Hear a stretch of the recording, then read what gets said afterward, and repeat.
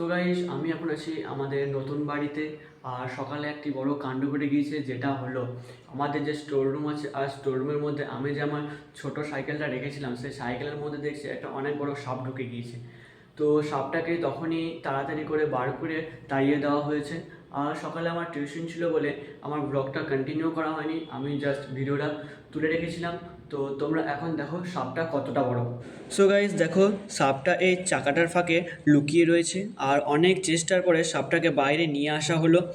আর দেখো তোমরা সাপটা কতটা বড়। আর তোমরা যদি ভেবে থাকো আমরা সাপটাকে মেরে দিচ্ছি, তাহলে তোমরা ভুল ভাবছো। আমরা সাপটাকে মারিনি, জাস্ট একটু হালকা করে আঘাত করেছি, যাতে সাপটা ভয় পেয়ে যায় আর দ্বিতীয়বার না আসে। আর গাইস, এই সাপটাকে আমাদের গ্রামের ভাষায় আদিরে সাপ বলে। আর তোমরা যদি অন্য কোনো কিছু জেনে থাকো এই সাপটার নাম, তাহলে তোমরা নিশ্চয়ই কমেন্টে জানাও। তো গাইস, তোমরা সাপটাকে দেখলে এই সাপটা কতটা বড়।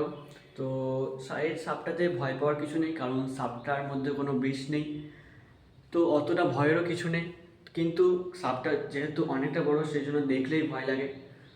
তো দেখা হচ্ছে পরের ব্লগে, ততক্ষণের জন্য টাটা।